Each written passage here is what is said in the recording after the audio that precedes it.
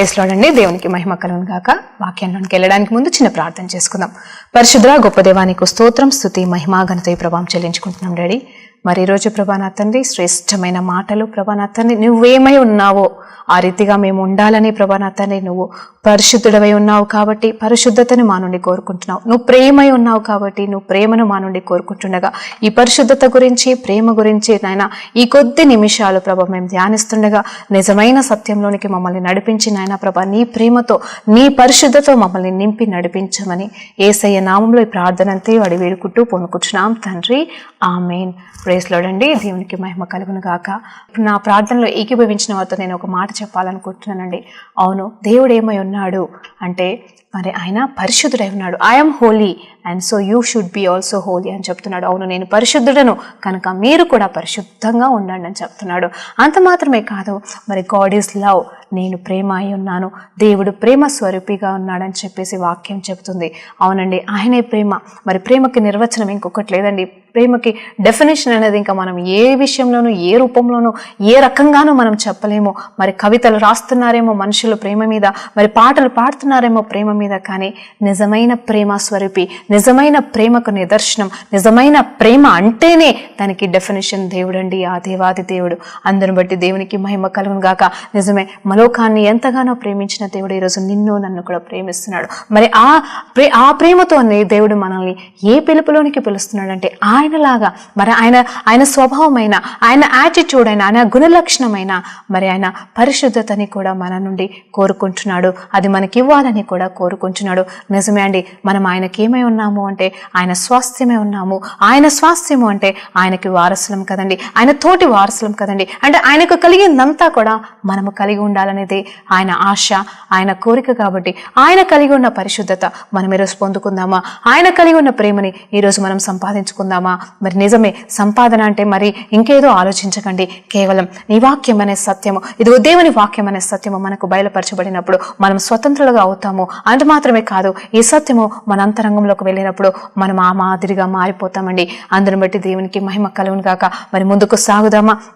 మరి నిజం చెప్పాలంటే పాత నిబంధన ప్రకారంగా, అవునండి, పాత నిబంధన కొత్త నిబంధన అవి రెండు మనకు తెలిసిందే.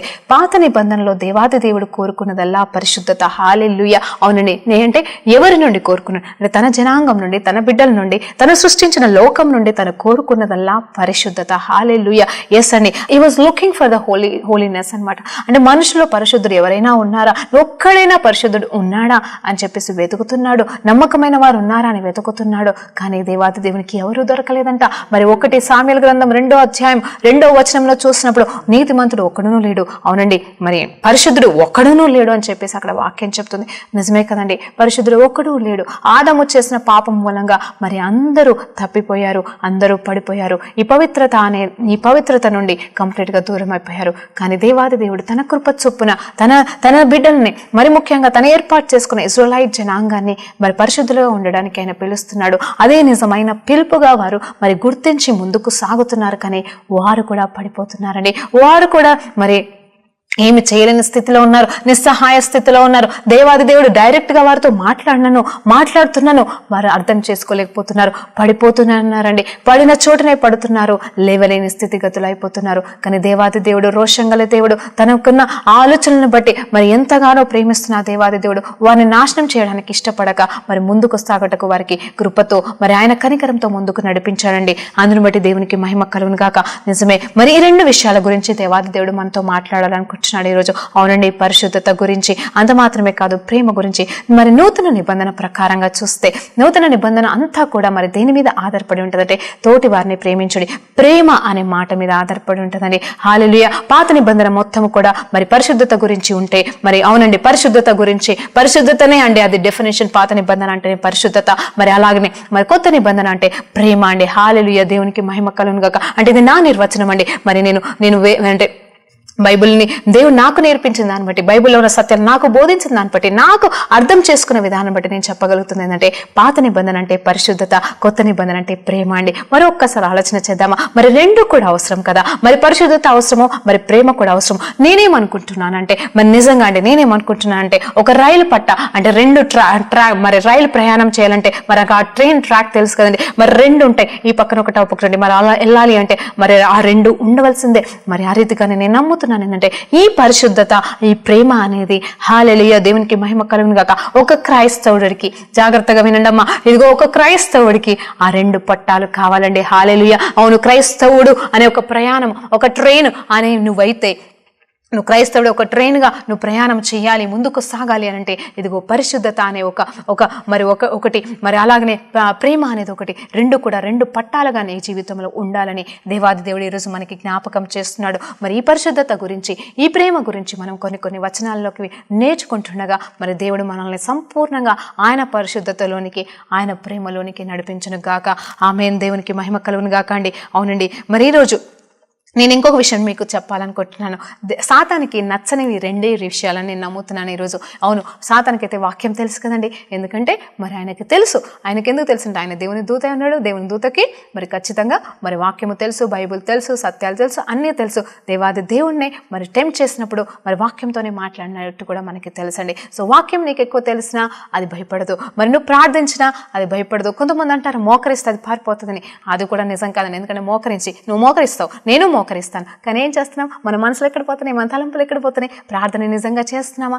అది కూడా కాదండి. కానీ నేనేం నమ్ముతున్నానంటే దేవాది దేవుడు నా ఈ 11 సంవత్సరాల ఆయనతో పాటుగా జీవించిన ఈ కొద్ది సంవత్సరాల జీవితంలో దేవాది దేవుడు నాకు నేర్పించిన సత్యం ఇదండి. హల్లెలూయా. నిజమే, ఇది నాలో ఉందని నేను చెప్పట్లేదు, అది నేను ఇంకా పొందుకోలేదని నేను ఒప్పుకుంటున్నానండి. దేవాది దేవుని అడుగుతున్నాను, దేవా నీ పరిశుద్ధతలో కొంతైనా నాకు ఇవ్వయ్యా, నీ ప్రేమలో కొంచెమైనా నాకు ఇవ్వయ్యా అని నేను కోరుకుంటున్నాను. ఎందుకంటే దేవాది దేవుడు దీన్ని నీకు స్వాస్థ్యంగా, అవునండి ఆయన స్వాస్థ్యం మనం ఉంటుండగా ఆయన మనకి ఆయన స్వరూపాలైన, అవును ఆయనలో ఉన్న ఈ గుణ లక్షణాలని మనకి దేవాది దేవుడు ఇస్తున్నాడండి. నువ్వు పొందుకోవడానికి ఇష్టపడుతున్నావా? ఇదిగో నేనైతే ఇష్టపడుతున్నాను, నేనైతే అడుగుతున్నాను. ఇదిగో నా ప్రయాసము కాదు, నా జ్ఞానము కాదు, ఇదిగో నా మంచితనము పనికి రాదండి. కానీ ఆయన నుండి మనం పొందుకోవాలంటే ఆయనలాగా ఉండడానికి ఇష్టపడడానికి తీర్మానం తీసుకుంటున్నావా? తీర్మానం తీసుకుని దాని ప్రకారంగా ముందుకు సాగమంటున్నాడు. అవునండి, సాతానికి ఇష్టం లేనివి రెండండి. ఇదిగో అండి, పాత నిబంధన ప్రకారంగా చూస్తే పరిశుద్ధత, అలాగనే నూతన నిబంధన ప్రకారంగా చూస్తే ప్రేమ.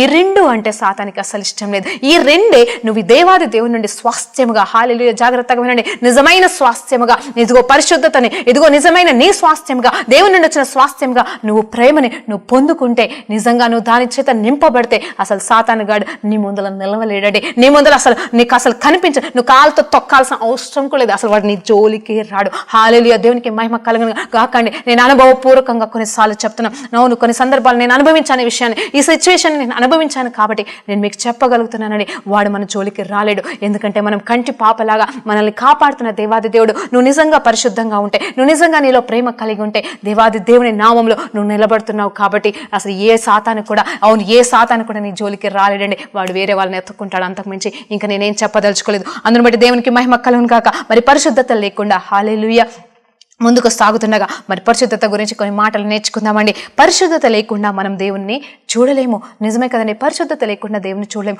చూడడము అంటే మరి కళ్ళతో అని కాదు, కానీ నిజంగా నువ్వు పరిశుద్ధంగా జీవించిన ఎడల, నువ్వు యథార్థంగా నువ్వు జీవించిన ఎడల, ఇదిగో నీకు కావాల్సిన ప్రతి పరిస్థితిలో, నువ్వున్న ప్రతి సిచ్యువేషన్స్లో దేవాది దేవుడు నీ కోసం దిగి వస్తాడని నేను చెప్తున్నానండి. నిజంగా చెప్తున్నాను. నువ్వు నిజంగా నమ్మకమైన దానిగా, నమ్మకమైన వాడిగా పరిశుద్ధంగా నువ్వు జీవించడానికి ఇష్టపడితే, తీర్మానం తీసుకుంటే నువ్వు ఖచ్చితంగా పడిపోయే పరిస్థితులు నీకు వస్తాయి, కానీ దేవాది దేవుడు నీకు సహాయం చేస్తాడు. నీకెన్నో కష్టాలు వేదనలు వచ్చినను ఆయన నిలబడి నీకు సహాయం చేస్తాడు. నీకు దూతల్ని పంపించి నిన్ను నిలబెట్టుకుంటాడమ్మా. అంత మాత్రమే కాదు, ప్రేమ లేకుండా ఆయన వారము మనం కాలేమండి. హల్లెలూయా. నిజమైన ప్రేమ, నిజమైన సత్య ప్రేమ, ఆయన నుండి కుమ్మరించిన ప్రేమ అంటే ఇతరుల్ని ప్రేమించడం అంటే ప్రేమ గురించి కూడా మనం మాట్లాడుకుందాము మరి తర్వాత. కానీ నేనేమంటున్నా అంటే ప్రేమ లేకపోతే కూడా మనము ఆయన వారమే కారండి. నువ్వు క్రైస్తవుడు అని పిలువబడితే, నువ్వు నిజంగా దేవుని సేవకుడు అయితే, హల్లెలూయా, నువ్వు నిజంగా దేవుని పరిచర్యలో నువ్వు ఉండాలని ఆశ కలిగి ఉంటే, నువ్వు ఆ పరిస్థితిలో ఉండి కూడా మరి నువ్వు ఆ గుణలక్షణాలు ఇవి రెండు నీలో లేవంటే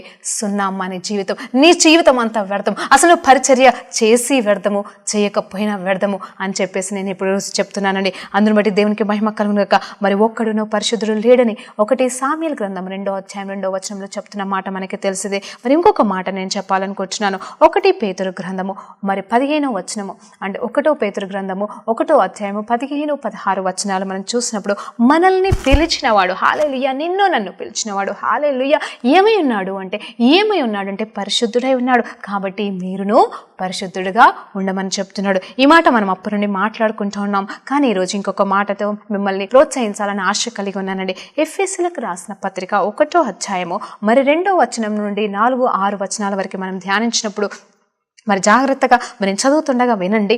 మన ప్రభు అయిన యేసుక్రీస్తు యొక్క తండ్రి యొక్క దేవుడు స్తుతించబడును గాక. ఆయన క్రీస్తునందు పరలోక విషయములలో ఆత్మ సంబంధమైన ప్రతి ఆశీర్వాదము, చూడండి, ఆయనలో ఉన్న మనకి పరలోక సంబంధమైన ప్రతి ఆశీర్వాదమును మనకు అనుగ్రహించినంట. ఏంటండి? పరలోక సంబంధమైన ప్రతి ఆశీర్వాదమును మనకి అనుగ్రహించినాడు. ఎలా అంటే ఎట్లనగా తన ప్రియుని యందు తాను ఉచితముగా మనకు అనుగ్రహించబడిన కృపా మహిమనుకును కీర్తి కలుగునట్టు తన చిత్త ప్రకారము దయా సంకల్పము చొప్పున క్రీస్తు యేసు ద్వారా తనకు కుమారులుగా స్వీకరించుటకై, హల్లెలూయా, ఎవరికండి? తనకు కుమారులుగా స్వీకరించుటకై మనలను ముందుగానే తన కోసము నిర్ణయించుకుని, నిన్ను నన్ను ముందుగానే తన కోసము నిర్ణయించుకొని మనము తన ఎదుట పరిశుద్ధులము, హల్లెలూయా, హల్లెలూయా, మనము తన ఎదుట పరిశుద్ధముగాను నిర్దోషమునగాను ఉండుటకు జగత్ పునాది వేయబడక ముందుగానే ఏర్పాటు చేసుకున్నాడటండి. హల్లెలూయా, దేవునికి మహిమ కలుగును గాక. మరి అర్థమైందండి మాట?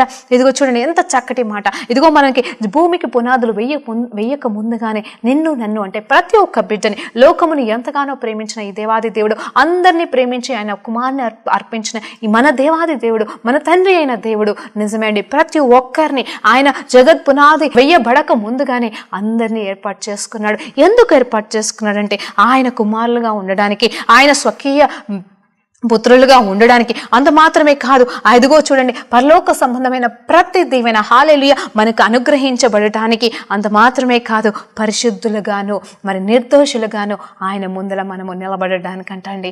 హల్లెలూయా, దేవునికి మహిమ కలుగును గాక. ఇంకొక మాట చెప్పాలా మీకు? మరి మనం 1 పేతురు గ్రంథము 2వ అధ్యాయము 9వ వచనంలో చూస్తే we are the holy nation, we are the chosen generation and the royal priesthood అని చెప్పేసి వాక్యం చెప్తుంది. పేతురు గారు చెప్తున్నారు, నిజమండి, పరిశుద్ధత గురించి నువ్వు నేర్చుకోవాలనుకుంటే నిజంగా నేను ఒక మాట చెప్పాలనుకుంటున్నాను ఇక్కడ. ఏంటంటే 1 పేతురు గ్రంథం చదవండి. నిజమే, పేతురు గారు రాసినంతగా మరి స్పష్టంగా క్లియర్గా పరిశుద్ధత గురించి నాకు తెలిసి ఎవరు వర్ణించలేదు, వివరించలేదు. కాబట్టి 1 పేతురు గ్రంథం పరిశుద్ధత గురించి నేను నేర్చుకోవాలనుకున్నా, తెలుసుకోవాలనుకున్నా 1 పేతురు గ్రంథం చదవమని మిమ్మల్ని నేను ప్రోత్సహిస్తున్నానండి. మరి చూడండి, ఇక్కడ 1 పేతురు 2వ అధ్యాయము 9వ వచనం చూస్తే ఏర్పరచబడిన వంశముగాను రాజులైన యాజక సమూహముగాను పరిశుద్ధ జనముగాను మనల్ని ఆయన ఏర్పాటు చేసుకున్నాడు. ఎందుకోసం అండి? హల్లెలూయా, ఎందుకోసం? ఆయన వారసులుగా నిలబడడానికే కదా. ఇవన్నీ ఎందుకు పిలిచాడు? ఎందుకు రాజులుగా అవుతాము? ఎందుకు మనము ఆయన వంశంలో నిలబడగలుగుతాము అని అంటే ఆయనకి మనము వారసులమై ఉన్నాము కాబట్టి. అంత మాత్రమే కాదు, మరి ఈ 4 నుండి 6 వచనాలు ఎఫెసీయులకు రాసిన పత్రికలో మనం చూసినప్పుడు మనల్ని జగత్ పునాది ఏక ముందుగానే ఏర్పాటు చేసుకున్నాడు. ఇదండి నిజమైన పరిశుద్ధతతో ఆయన మనల్ని కోరుకుంటున్నాడు. మరి లేవి గ్రంథంలో చూసినప్పుడు, మరి పాత నిబంధన లేవి గ్రంథంలో చూసినప్పుడు 20వ అధ్యాయము 26వ వచనంని చూసినప్పుడు మీరు నాకు పరిశుద్ధులై ఉండవలెను, హల్లెలూయా, మీరు నాకు పరిశుద్ధులై ఉండవలెను, యెహోవా అను నేను పరిశుద్ధుడను, మీరు నా వారై ఉండునట్టు. హల్లెలూయా, చూడండి, ఎందుకోసమంట? ఆయన వారుగా ఉండటకు. హల్లెలూయా, ఏర్పరచబడిన వంశం ఎందుకోసము? ఆయన బిడ్డలుగా ఉండుటకు, ఆయనకు పరిశుద్ధులుగా ఉండుటకు. హల్లెలూయా, అన్యజనుల నుండి, ఎక్కడి నుండి? అన్యజనుల నుండి. అంటే నీకు దేవుడు తెలియని స్థితి నుండి, అసలు దేవుడు అంటే ఎవరో తెలియని స్థితి, నీ పుట్టుక రహస్యము తెలియకపోవచ్చు నీకు, కానీ నీకొక విషయం మాత్రం తెలుసు. ఏంటి తెలుసా బాబు? ఈరోజు దేవుడు నీతో మాట్లాడుతున్నాడు. ఏమని మాట్లాడుతున్నాడు తెలుసా? ఇదిగో నువ్వు ఎక్కడి నుండి వచ్చావో నీకు తెలియకపోవచ్చు, నీ తల్లిదండ్రులు ఎవరో నీకు తెలియకపోవచ్చు, కానీ దేవాది దేవుడు కడుపులో, నీ తల్లి గర్భంలో, నీ ఏ తల్లి గర్భం నుండి వచ్చావో ఆ తల్లి గర్భంలో పెట్టింది మాత్రం దేవాది దేవుడు. ఆ దేవుని గురించి నీకు తెలియకపోవచ్చు, కానీ ఈ రోజు దేవుడు నీతో చెప్తున్న మాట ఏంటంటే, ఇదిగో జగత్ పునాది వేయబడక ముందుగానే నిన్ను పిలుచుకున్నాడు, నిన్ను రాజుగా చేయాలనుకుంటున్నాడు, నిన్ను తన వంశావళిలో చేర్చుకోవాలని కోరుకుంటున్నాడు. ఇదిగో తన నీ కోసము ఎంత మరి కృషించాడు అంటే తను దిగి వచ్చాడు మాత్రమే కాదు, మహా ప్రాణం కూడా పెట్టాడండి.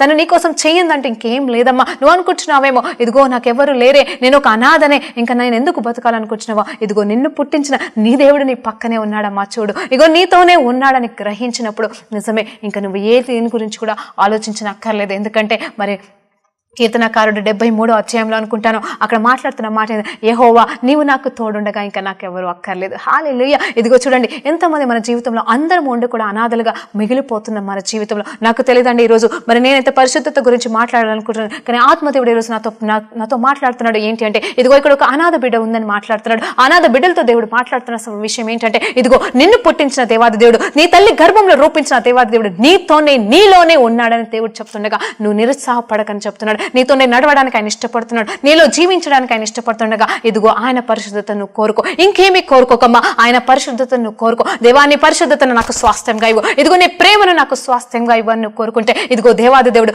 నేను ఎక్కలేనంత ఎత్తైన కొండని ఎక్కించాలని ఆశ కలుగుతున్నాడమ్మా. ఆయనకి సమర్పించుకోమని దేవాది దేవుడు ప్రేరేపిస్తున్నాడు. తల్లి హల్లెలూయా, దేవునికి మహిమ కలుగును గాక. ఇదిగోండి మరి నేనైతే నేను అనుకుంటున్నాను నిజమే. ఒకరోజు నేనైతే చదువుతున్నానండి ఒక విషయంలో 5 సంవత్సరాల కింద జరిగిన నా రియల్ ఎన్కౌంటర్ విత్ గాడ్ అండి. ఇది నాకు తెలిసి 2వ ఎన్కౌంటర్ అనుకుంటాను నా జీవితంలో. అక్కడ ఏం జరిగింది అంటే నేను కేవలం ఆలోచన చేస్తున్నాను ఉదయకాలం నుండి సాయంత్రం కాలం సమయం వరకు ఏంటంటే నాకు ఒక సంఘంలో ఫుల్ టైం మినిస్ట్రీ ఆఫర్ వచ్చిందండి. హల్లెలూయా. అంతగానే గొప్ప భాగ్యం ఇంకొకటి ఉంటుందా అండి? ఉండదు. కానీ దేవాది దేవుడు ఏం చెప్తున్నాడు సార్, నో అని చెప్తున్నాడు. నాకు అర్థం కాలే, ఇదేంటి దేవా ఫుల్ టైం పరిచర్య నేను పొందుకోవాలి, నేను పొందుకోవాలి, నాకు అది కావాలి దేవా, నేను నీ పరిచర్లో నేను నేను పరిగెత్తలేనయ్యా, నా వల్ల ఏమి లేదు, నా వల్ల ఏమీ కాదు, కానీ ఆ సంఘంలో నేను ఫుల్ టైం మినిస్ట్రీ నేను చేస్తే అది నాకు దీవెనయ్యా, నీ పరిచర్య నేను చేసిన దాన్ని అవుతానయ్యా అని చెప్పేసి నేను మొర పెడుతున్నాను. దేవుడు వద్దని చెప్తున్నాడు. ఎందుకు వద్దంటున్నావు? నాకు ఏదో ఒక మాట చెప్పు, నువ్వు వద్దని చెప్తున్నది నాకు అర్థమవుతుంది, కానీ కారణం చెప్పను. అంటే నేను అడగాలని, అంటే నేను దేవునికి వ్యతిరేకంగా వెళ్ళాలని కాదు, కానీ ఏదో తెలుసుకోవాలని ఆశ. దేవుడైతే అలా చెప్పడు కదా అని ఒక తలంపు. సో నేను ఆ రోజు అనుకోని రీతిగా మరి నేను ఏం చేస్తున్నానంటే మధ్యాహ్నం 2-3 వరకు అలాగే ప్రార్థన చేస్తూ ఉన్నాను. సడన్గా ఏం చేశానంటే నాకు అర్థం కాలే. ఆ రోజు మామూలుగా క్యాలెండర్ చూస్తాం కదండి, మరి ఎంతమంది అయితే క్యాలెండర్ టైం పాస్కి చూస్తారో, లేకపోతే ఈరోజు దేవుడు ఏం మాట్లాడుతున్నానని చెప్పేసి మీరు అనుకుంటారో, నేనైతే ప్రతిరోజు క్యాలెండర్ వాక్యాన్ని నిజంగా ధ్యానిస్తానండి. అందరిని బట్టి దేవునికి మహిమ కలుగుగాక. నేను ఈరోజు టాపిక్కి డివియేషన్ వెళ్ళిపోతున్నాను, కానీ ఏదేమైనా ఈరోజు ఎవరితో మాట్లాడుతున్నాడో దేవుడు మాట్లాడనుగా, కానీ ఆత్మదేవునికి నేను ఈ సమయాన్ని అర్పిస్తున్నాను. హల్లెలూయా, దేవునికి మహిమ కలుగుగాక. నేను ఆ రోజు ఏం చేశానంటే మరి 3 అవుతుంది, మధ్యాహ్నం 3 గంటల ప్రాంతంలో ఉదయకాల సమయంలో అడుగుతున్నా, దేవా నాకు జవాబు చెప్పని చెప్పేసి బైబిల్ చదువుతున్నాను, ప్రార్థన చేస్తున్నాను, కనిపెడుతున్నాను, కానీ నాకు జవాబు రావట్లేదు. వద్దని మాత్రం చెప్తున్నాడు. అదొక్కటే నాకు తెలుసు, దేవా సరే వద్దు, కానీ నాకు రీజన్ చెప్పు దేవా అన్నాను. కానీ ఆ 3 గంటల ప్రాంతంలో సడన్గా మరి ఎప్పుడు లేవంగానే క్యాలెండర్ చూస్తానండి, కానీ నా రోజు చూడలేదండి. ఎందుకు చూడలేదో నాకు తెలియదు, కానీ చూడలేదు. కానీ సడన్గా గుర్తొచ్చింది, అవును కదా ఈరోజు నేను వాగ్దానం ఏముందో చూడలేదు అని చెప్పేసి ఆ తారీఖున, అది 6వ తారీఖు 3వ నెల అండి. హల్లెలూయా, 2013వ సంవత్సరం నాకు క్లియర్గా గుర్తుందండి. మరి అక్కడ ఏమని ఉంది తెలుసా, ఇదిగో ఏంటంటే నేను ప్రత్యేకించుకున్నానని చెప్పేసి అలా క్లియర్గా ఉందండి. మరి అక్కడ మాట ఇదే వచనం అండి, లేవి కాండము 20వ అధ్యాయం 26వ వచనం. అంటే నేను అవన్నీ కూడా చూడలేదు, జస్ట్ అట్లా చూస్తాను, క్యాలెండర్ చూస్తాను, నా ఎదురుగా క్యాలెండర్ ఉంది, నా వెనకాల మరి మంచం ఉందండి. అంటే ఆ రూమ్లో నా మంచం ఉంటే నేను జస్ట్ అట్లా క్యాలెండర్ చూసి ప్రత్యేకించుకున్నాను అనగానే ఒక శక్తి ఆ గోడలోకి వెళ్ళి, ఆ క్యాలెండర్లోకి వెళ్ళి ఇలా వచ్చేసి నేను ఎలా అంటే కానీ అది వెనక్కి పడిపోయానండి. నిజంగా చెప్తున్నాను, దేవుని శక్తి గురించి తెలియని వారికి ఈరోజు నేను నా సాక్ష్యంగా చెప్తున్నానండి. నేను అది పూర్తిగా చదవనే లేదు, నా కళ్ళు మాత్రమే చదివాయి, నా హృదయంలోకి నా నోటి దాకా కూడా పూర్తిగా పోలేదు, కానీ నా చూపులు మాత్రమే చదివాయండి ఆ మాటని. అంతే, వెంటనే నేను వెనక్కి పడిపోయాను. ఎంత శక్తి, ఎంత అభిషేకం అంటే కనీసం ఒక 10 నిమిషాల పాటు నేను కదలేకపోయానండి. అలా నా మీద అభిషేకం అనేది ఫ్లో అయింది. ఎవరు తాకలేదు, ఎవరు ప్రార్థన చేయలేదు, నా రూమ్లో ఎవరు కూడా లేరండి ఆ సమయంలో. కానీ దేవాది దేవుడు తన శక్తితో నిన్ను ప్రత్యేకించుకున్నాను అనే ఈ ఒక్క మాటతో ఆ రోజు నన్ను ఫుల్ టైం మినిస్ట్రీలో నడవనివ్వలేదు, వెళ్ళనివ్వలేదు. కానీ దేవాది దేవుడు నా పట్ల నమ్మకంగా ఉన్నాడు. సరే దేవా, నువ్వు నన్ను ప్రత్యేకించుకున్నావు కదా, ఎందుకోసమో నాకు తెలియదు, సరే దేవా నేను నిలబడతాను, లోబడ్డానండి. ఇంతవరకు నేను ఏ పరిచర్యకి సమర్పించుకోలేదు, కానీ దేవుడు మాత్రం ఒంటరిగా నైనను తన జతగా ఉండి నాకు తోడుగా ఉండి నన్ను నడిపిస్తున్నాడండి. అందరు బట్టి నిజంగా దేవునికి మహిమ కలుగును గాక. గ్రేస్ అండ్ ట్రూత్ మినిస్ట్రీ అని ఆయన స్థాపించాడండి, ఆయన నడిపిస్తున్నాడు, కాబట్టి ఆయనకి మహిమ కలుగును గాకండి. మరి ఈ రోజు నిజంగా అనాథగా నువ్వు ఉన్నావేమో, నీకేం చేయాలని అర్థం కావట్లేదేమో, నా బతుకేంటి అనుకుంటున్నావేమో, నాతో మాట్లాడిన దేవుడు నీతో మాట్లాడుతున్నాడమ్మా, నాతో మాట్లాడుతున్నాడు. దేవుడు నీతో మాట్లాడుతున్నాడు, తమ్ముడు మరి జాగ్రత్తగా విని ముందుకు సాగమని చెప్తున్నాడు. ముందుకే సాగు, నువ్వెనక్కి చూడకు, పాత విషయాలు జ్ఞాపకం చేసుకోకని దేవుడు చెప్తున్నాడమ్మా. హల్లెలూయా, దేవునికి మహిమ కలుగును గాక. మరి పరిశుద్ధత గురించి మరొక మాట చెప్పాలనుకుంటున్నాను. ఏంటి అంటే నిజమే, మరొకసారి ఈ లేవికాండం 20-26 వచనాన్ని చూసినప్పుడు, మీరు నాకు పరిశుద్ధులై ఉండవలను, యెహోవాను నేను పరిశుద్ధుడను కనుక నా వారే ఉండుటకు ఎవరి వారే ఆయన వారిగా ఉండాలని కోరుకుంటున్నావా? దేవుని బిడ్డగా, దేవుని సాక్షిగా, దేవుని సేవకుడిగా, దేవుని కొరకు జీవించాలని కలిగి ఉంటే, ఆశ కలిగి ఉంటే సరిపోదమ్మా. ఇదిగో నిజంగా ఉండాలని ఉద్దేశము నీకుంటే ఇదిగో పరిశుద్ధంగా ఉండు, పరిశుద్ధంగా ఉండు. అన్య జనుల నుండి నిన్ను పిలుచుకున్నాడేమో, నిన్ను ప్రత్యేకంగా పిలుచుకున్నాడేమో, ప్రత్యేకంగా సెట్ అపార్ట్ అన్నాడేమో, ఇదిగో నిన్ను వేరుపరుచుకున్నాడేమో, ఎక్కడికి వెళ్ళి తీసుకొచ్చాడో నాకు తెలియదు, కానీ నీవు ఆయన వారిగా, ఆయన దానిగా నువ్వు ఉండాలనుకుంటే పవిత్రంగా జీవించు, పరిశుద్ధతతో జీవించమని దేవుడు ఈ రోజు మిమ్మల్ని వేడుకుంటున్నాడండి. అందుని బట్టి దేవునికి మహిమ కలుగును గాక. మరి రెండో మాటలోనికి వెళ్ళిపోదామా? మరి ప్రేమ గురించి చెప్పాలి అంటే చాలా ఉన్నాయి. నువ్వు మరి కొత్త నిబంధన ప్రకారంగా ఇద్దరు చాలా శ్రేష్టంగా ఎక్స్ప్లెయిన్ చేశారని, నాకు ఇక్కడ సమయం లేదు, కానీ మరి దేవుడు అనుమతిస్తే మరి నేను రాబోయే కాలంలో దేవుని చిత్తమైతే ఆ నిజమైన ప్రేమ గురించి, మరి పరిశుద్ధత గురించి మరి ఇండివిజువల్గా మెసేజెస్ తీసుకోవాలని ప్రేరేపించబడుతున్నాను. మరి దేవుడు సహాయం చేయనుగాక. మరి ఈ రోజు మరి ఈ ప్రేమ గురించి నేను చెప్పాలనుకుంటుంది ఏంటంటే, మరి ఇద్దరు వ్యక్తులు నూతన నిబంధనలో క్లియర్గా మాట్లాడారండి, చాలా స్పష్టంగా మాట్లాడారు. ప్రేమ గురించి అయితే మరి ప్రేమ వార్తలు రాసే, మరి లవ్ లెటర్స్ రాసే వ్యక్తి ఎవరు తెలుసా? యోహాను గారండి. అవును, ఆయన మరి యేసుప్రభు వారి రొమ్ముని ఆనుకుని ఆయనతో పాటుగా ఉన్న నిజమైన ప్రియుడిగా నిలబడిన మరి యోహాను గారండి. ఆయన మొదటి యోహాను పత్రిక, రెండో యోహాను పత్రిక, మరి 3 యోహాను పత్రికలు 3 చదవండి. మరి ముఖ్యంగా 1 యోహాను పత్రికలో ఉన్న 5-6 అధ్యాయాలు మీరు చదివినప్పుడు మరి దేవాది దేవుడు ఆయన నిజమైన ప్రేమని చక్కగా వర్ణించాడండి ఈయన ద్వారా. అది చదవడానికి ప్రయత్నించండి, ధ్యానించండి. అలాగే పౌలు భక్తుడు కూడా, మరి ఈరోజు నేను పౌలు భక్తుడి గురించి మరి ముగింపులో మాట్లాడాలనుకుంటున్నాను. ఆయన మరి 1 కొరింథీయులకు రాసిన పత్రిక 13వ అధ్యాయంలో మొత్తం ప్రేమ గురించి మాట్లాడుతున్నాడండి. హల్లెలూయా, దేవునికి మహిమ కలుగును గాక.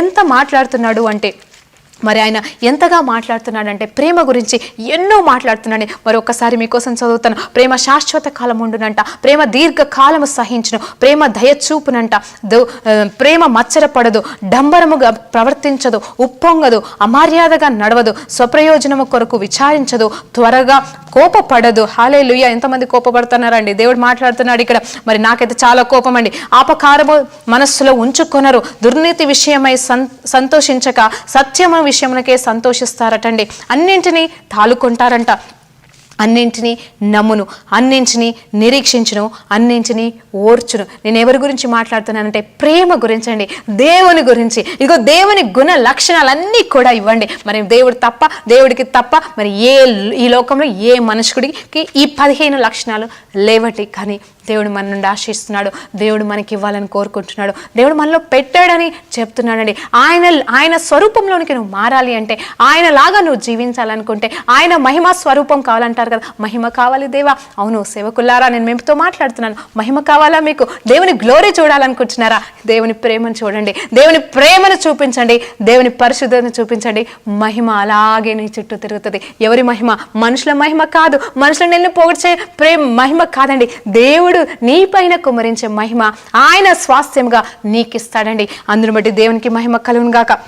నిజమే, ఇవన్నీ కూడా మరి నిజమని ఏమనుకుంటున్నానంటే, ఆత్మ ఫలాల గురించి మనం మాట్లాడుకుంటే మరి ఇవన్నీ కూడా ఆత్మ ఫలాలకు సంబంధించిన మాటల్లాగానే ఉన్నాయి. అసలు ఇవన్నీ నీలో ఉంటే ఆత్మ ఫలాలు, మరి ఆ 9 ఫలాలు నీలో ఉన్నట్టేనండి. అందును బట్టి దేవునికి మహిమ కలుగును గాక. మరి ప్రేమ ఎప్పుడు కూడా ఓడిపోతటండి. అంత మాత్రమే కాదు, మరి అక్కడ మరి ఆయన మాట్లాడుతున్నాడు, పౌలు భక్తుడు మాట్లాడుతున్న మాట ఏంటంటే, అన్నిటికంటే అంటే ప్రేమ కంటే, నిరీక్షణ కంటే, మరి అన్ని విషయాలలో అంటే విశ్వాసము, నిరీక్షణ, ప్రేమ ఇవన్నీ చాలా శ్రేష్టమైనవి అని చెప్తూ అన్నిటికంటే గొప్పది ప్రేమ అని చెప్తున్నాడు. నేను కేవలం మీకు మామూలుగా ఎక్స్ప్లెయిన్ చేస్తున్నాను. మీరు కావాలంటే ధ్యానించండి, దీన్ని కావాలని కాదని ఖచ్చితంగా మీరు ధ్యానించండి, ఎందుకంటే ఇది అవసరం మనకి. హల్లెలూయా, నువ్వు ప్రేమ లేని వాడివైతే అంత వ్యర్థమని చెప్తున్నా. మరి పౌలు భక్తుడి పోలికలో జీవించాలనుకుంటున్నా ఓ సేవకుడా, నేను మాట్లాడుతున్నాను నీతో ఈరోజు.